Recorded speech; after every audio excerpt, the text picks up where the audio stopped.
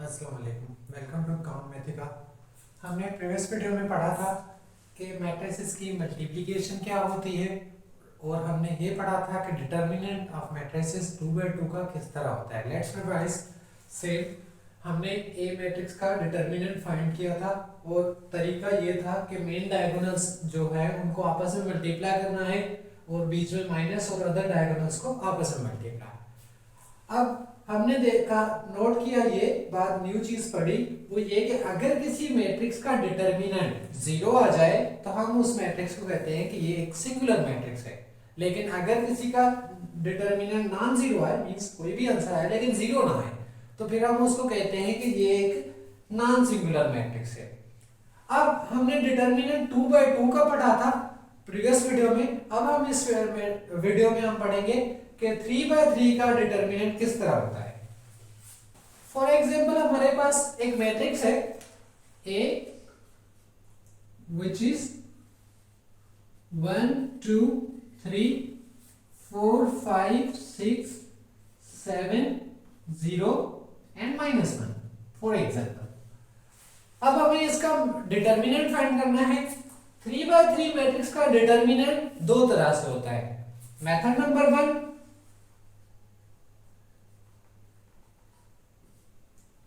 Method number 1 ये है कि हम इसकी कोई से भी रो या कोई सा भी कॉलम एक्सपेंड करते हैं तो इसको कहते हैं रो एक्सपेंशन मेथड या कॉलम एक्सपेंशन मेथड। जैसे हम फर्स्ट रो को एक्सपेंड कर रहे हैं तो ये है कि फर्स्ट रो का पहला एलिमेंट उठाएंगे, उसके साथ मल्टीप्लाई में एक छोटा सा डिटर्मिनेंट रखेंगे। डिटर्मिनेंट क्या रखेंगे कि जिस एलिमेंट को हमने उठाया है उसी के कॉलम और उसकी रो को स्किप करके बाकी जो एलिमेंट बच जाएंगे उनका हम छोटा सा 2 by 2 का डिटर्मिनेंट बनाएंगे।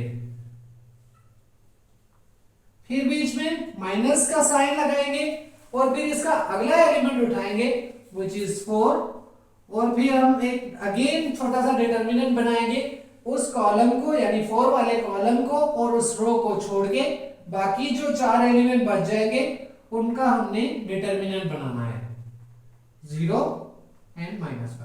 फिर प्लस का साइन लगाएंगे और हम अगला एलिमेंट तीसरा उठाएंगे और उसके साथ भी इसी तरह से डिटर्मिनेंट बनाएंगे कि इस एलिमेंट का कॉलम और इसकी रो खत्म करेंगे तो बाकी जो 4 एलिमेंट बच गए इनका हम डिटर्मिनेंट बनाएंगे।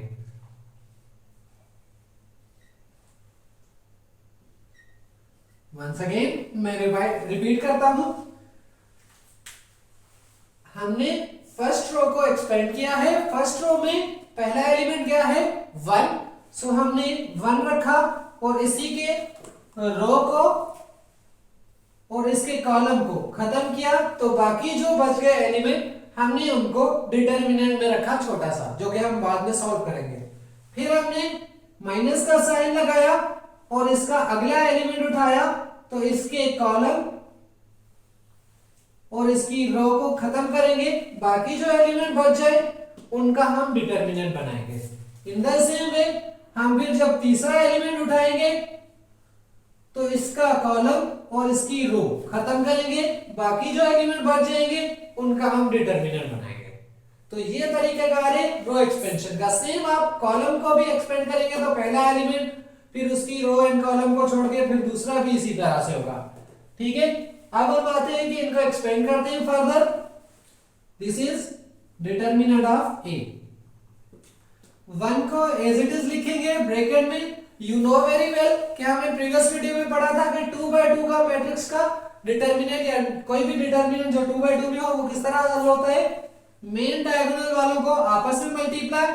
सो 5 1s are 5 लेकिन -1 है तो माइनस का 5 हो जाएगा, फिर बीच में माइनस का साइन, अदर डायगोनल वाले आपस में 6 0s are 0।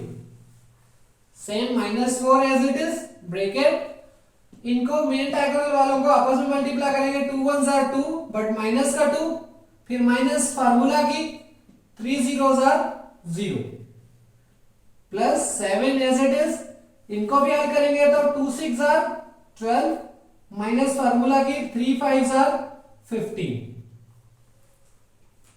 1 मल्टीप्लाई कर रहे हैं फर्क नहीं पड़ता, सो माइनस और 0 माइनस कर रहे हैं फर्क नहीं पड़ेगा, यानी यहां पे बच जाएगा -5 -4 एज इट इज, ये माइनस का 2 रह जाएगा, 0 माइनस करें फर्क नहीं पड़ेगा, प्लस 7, 12 माइनस 15 तो माइनस के 3 बच जाएंगे, यानी -5 माइनस इंटू माइनस प्लस के 8 हो जाएंगे और plus into minus -21 which will be plus के 8 है माइनस का 5 तो बाकी बच जाएंगे प्लस के 3 और माइनस का 21 तो फिर प्लस के इसमें से कट करेंगे तो कितने बच जाएंगे माइनस के 18। Now this is the answer यानी ए का डिटरमिनेंट। ये है method number 1। Once again method number 1 क्या है कि किसी भी रो को, तीनों रोज में से किसी भी एक रो को एक्सपेंड करेंगे या किसी भी कॉलम को एक्सपेंड करेंगे तो इसको रो एक्सपेंशन मेथड कहते हैं। अब हम आते हैं कि मेथड 2 क्या है। मेथड 2 ये है कि जो डिटरमिनेंट फाइंड करने लगे हम इसी को हम लिख दे as it is without brackets 2 3 4 5 6 7 0 -1 और फिर पहले दो कॉलम को रिपीट करके अगेन लिख दे, यानी 1 2 3 4 5 6। Once again as it is matrix लिखनी है, उसके बाद पहले दो कॉलम को रिपीट करके लिखना है, तीसरे को रिपीट नहीं करना। फिर क्या होगा कि हमने इनके मेन डायगोनल्स को मल्टीप्लाई कराना है, तो क्या हो जाएगा 1 5 5 5 and 2 -1 तो माइनस का 5, फिर बीच में प्लस का साइन, फिर दूसरे डायगोनल्स वालों को मल्टीप्लाई करेंगे, सो 4 zeros are 0 0 3s are 0, फिर प्लस का साइन, फिर तीसरे डायगोनल्स को भी मल्टीप्लाई कराएंगे, तो 2 7s are 2 बल्कि यूं करें 6 7s are 42 2 42s are 84। इनको हमने प्लस करना होता है, फिर बीच में माइनस, एक ब्रैकेट लगाएंगे छोटी सी। अब दूसरे डायगोनल्स वालों को इसी तरह से मल्टीप्लाई कराते हुए प्लस करते जाना है, या यूं कहें कि दूसरे डायगोनल्स वालों को मल्टीप्लाई कराते सब्ट्रैक्ट कराते जाना है। तो क्या होगा 3 5s are 15 7 15s are 105, फिर माइनस का sign 6 zeros are 0 0 1s are 0, फिर अगेन माइनस का साइन -1 into 2 -2 into 4 माइनस का 8। अब ये मैंने ब्रैकेट इसलिए लगाई क्योंकि इनकी प्रोडक्ट में से ये माइनस आई है, जबकि ये माइनस फार्मूला की है। सिंपलीफाई करेंगे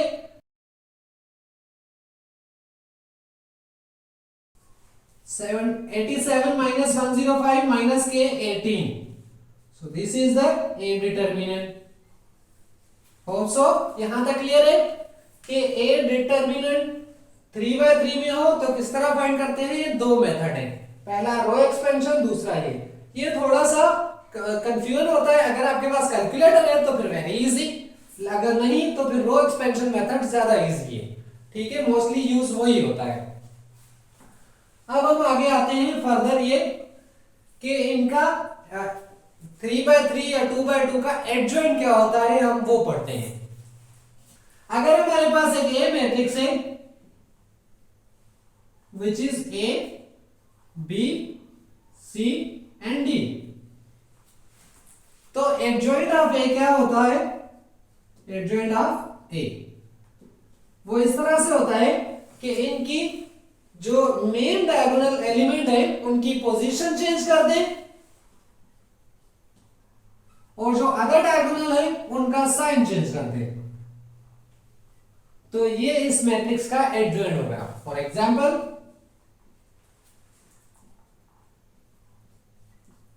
अगर हमारे पास एक ए मैट्रिक्स है -3 0 एंड 6 2, तो इसका एडजॉइंट क्या होगा, adjoint of A will be इनकी पोजीशन चेंज 2 -3 और इनका साइन चेंज, 0 का साइन चेंज नहीं होता जबकि 6 का होगा -6। This is the adjoint. Hope so यहां तक क्लियर है। अब आते हैं 3/3 का एडजॉइंट किस तरह से होता है। वो जरा थोड़ा सा लेंथी प्रोसेस है, so stay connected. For example मैं डायरेक्टली एग्जाम्पल से समझाता हूं। अगर हमारे पास एक ए मैट्रिक्स है जो कि है 1 0 2 3 1 2 6 4 and 5, and we have to find adjoint of A. So adjoint of A से किस तरह होगा उसका हम पहले जनरल लिखते हैं। adjoint of A will be A11 A12 sorry 12 A13 A21 A22 A23 A31 A32 and A33 and इसका ट्रांसपोज तो ये हो जाएगा हमारा एडजॉइंट। अब एडजॉइंट किस तरह से होता है कि ये जो मैंने A11 2 2 and 3 लिखे हैं ये दरअसल इस मैट्रिक्स में से इन सब का वैल्यू फाइंड किया जाता है। सो इनको कहते हैं कोफैक्टर्स। क्या कहते हैं? कोफैक्टर्स। तो हम क्या करेंगे इसके एडजॉइंट फाइंड करने के लिए हम 1 by 1 ये टोटली कोफैक्टर्स मालूम करेंगे, ठीक है। एंड देन इस मैट्रिक्स में इनका वैल्यू पुट करेंगे एंड ट्रांसपोज करेंगे तो हमारे पास जो आंसर आएगा वो उसका एडजॉइंट होगा। अब कोफैक्टर क्या होता है? ये 1 1 अगर कोफैक्टर फाइंड करें तो -1 के ऊपर ये जो इसका ऑर्डर है एलिमेंट का इसको लिखते हैं सम करके इनटू एक छोटा सा माइनर ऐड किया जाता है। सेम वही जिस तरह हमने डिटरमिनेंट में फाइंड किया था, लेकिन डिटरमिनेंट में हम एक रो को एक्सपेंड कर रहे थे, यहाँ पे हर एक एलिमेंट को इसी तरह से एक्सपेंड किया जाएगा। सो पहले एलिमेंट 1 1 यहाँ पे पोजीशन पे है तो इस एलिमेंट के कॉलम और रो को छोड़ के बाकी जो 4 एलिमेंट बच गए जैसे हमने इनवर्स डिटरमिनेंट में किया था वैसे ही करेंगे 2 and 5। तो इसको हम जब सिंप्लीफाई करेंगे तो ये हमारे पास A11 का यानी ये वाला कोफैक्टर मिलेगा। इसी तरह से A1 2 तो -1 के ऊपर साइन 1 + 2 इंटू 1 2 कहां पे आएगा? फर्स्ट रो सेकंड कॉलम यानी ये वाला। तो हमने इस कॉलम को और इसकी रो को छोड़ देना है तो 0 2 4 and 5। इसको भी सिंप्लीफाई करेंगे। मैं क्या करता हूं सिंप्लीफाई बाद में कर रहा हूं, पहले जरा लिख रहा हूं सभी ताकि आपको समझ आ जाए कि इनको लिख कैसे रहे हैं या बना कैसे रहे। सिंप्लीफिकेशन तो एक दूसरा प्रोसेस है जो कि इजी है, मेन मेथड समझना। अब हमारे पास दूसरा कोफैक्टर फाइंड करना है जिसका ऑर्डर है 1 3। तो 1 3 मींस फर्स्ट रो में थर्ड नंबर पे कॉलम में थर्ड कॉलम में ये वाला एलिमेंट है। तो हमने क्या करना है इसके कॉलम को और इसकी रो को छोड़ देना है, बाकी जो 4 एलिमेंट बच जाएंगे उनको हमने डिटरमिनेंट में लिखना है। लेकिन साथ ही -1 के ऊपर पावर इसके एलिमेंट का ऑर्डर वाला सम लिखेंगे। तो इस कॉलम इस रो को छोड़ेंगे तो ये हो जाएगा 0 2 1 and 2। क्लियर है? अब इसी तरह से हमने A11 A12 A3 1 3 हो गया। अब 2 1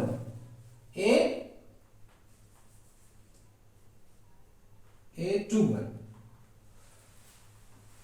A21 कहां पे? ये वाला यानी second row and first column. तो सेकंड रो यहां पे है और फर्स्ट कॉलम ये यानी ये 0 एलिमेंट। तो इसकी रो और इसके कॉलम को छोड़ेंगे लेकिन -1 के ऊपर पावर इसके ऑर्डर वाला लिखेंगे। ये -1 के ऊपर जो इसका ऑर्डर है ये कंपल्सरी है हर एक के साथ, ठीक है। तो 2 1 2 1 ये छोड़ेंगे तो रह क्या जाएगा 3 6 2 and 5 3 6 2 5।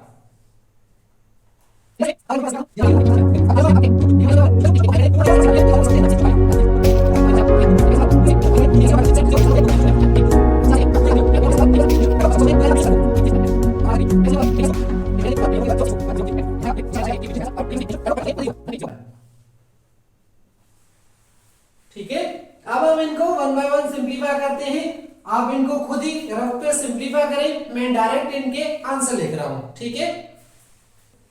हमने इन सबको सिंप्लीफाई कर लिया तो हमारे पास आंसर आया जो भी, इन सारे कोफैक्टर्स का आंसर्स जो है वो हमने इस मैट्रिक्स में पुट कर दिए, तो हमारे पास ये आया और इनका ट्रांसपोज किया तो ये आंसर आ गया। हेंस इस ए मैट्रिक्स का जो एडजॉइंट है वो ये है। अगर आपको क्लियर नहीं नजर आ रहा तो मैं इनको ब्लैक पेन से कर लेता हूं, मे बी क्लियर ना नजर आ रहे हो। Here is the black pen. Okay, -3 6 8 -7 -4 -2 and 4 and 1. So this is the adjoint of matrix A. ठीक है, once again हमने ये सारे सिंप्लीफाई किए। यू नो वेरी वेल कि इसका डिटर्मिनेंट किस तरह सिंप्लीफाई किया जाता है 2/2 में, और ये साथ ही इनका जिनका सम इवन नंबर आए तो उनका इससे कोई ताल्लुक नहीं होगा, मतलब -1 का पावर वैसे ही पॉजिटिव इवन पावर की वजह से पॉजिटिव हो जाएगा, मल्टीप्लाई करने का फर्क नहीं है। लेकिन अगर ऑड पावर है तो फिर उनकी साइन साथ चेंज होगी, जो भी इस डिटर्मिनेंट का आंसर आएगा। सो इसकी सिंप्लीफिकेशन आपको थोड़ी बहुत बेसिक आती है अगर आप फर्स्ट ईयर की मैथमेटिक्स पढ़ रहे हैं तो, इसलिए मैं इनके डिटेल में नहीं जा रहा, ठीक है। सो एडजॉइंट इसी तरह से फाइंड होता है। अब हम आते हैं कि किसी भी मैट्रिक्स का इनवर्स किस तरह से फाइंड किया जाता है। पहले वही मेथड के 2/2 सीखेंगे, फिर हम 3/3 पे आएंगे, लेकिन वो हम इंशाल्लाह अगली वीडियो में कवर करेंगे, ठीक है। यहां तक इतना ही। अगर एडजॉइंट 3/3 या कोई भी इनमें से टॉपिक नहीं समझ आया तो आप नीचे कमेंट में कमेंट कर सकते हैं, ताकि